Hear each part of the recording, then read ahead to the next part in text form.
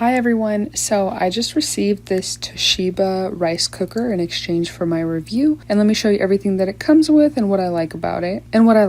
So I received a user manual, a detachable power cord for the machine, a plastic soup spoon, and a plastic rice spoon, and this is the rice cooker. It came nicely packaged with a measuring cup and a steaming basket on the inside. This beautiful 3.1 millimeter thick inner pot that has a wear resistant outer layer and a reinforced ceramic non-stick inner coating that touches your food. It has a 5.5 cup capacity and could make enough food to feed a family of 6. And it also has a removable lid on the inside with a steam cap that collects any excess liquid while cooking. Once you add your rice into the inner pot, you can fill the water to the line marked for how many cups you're cooking, depending on the type of grain. So what's really awesome about this rice cooker is that it has a 3D heating technology, which generates heat from all sides of the cooker, allowing for your food to cook evenly. You can set it to one of the preset options on the cooker, which may seem like it's not cooking very fast, but it is taking all the steps that need to be taken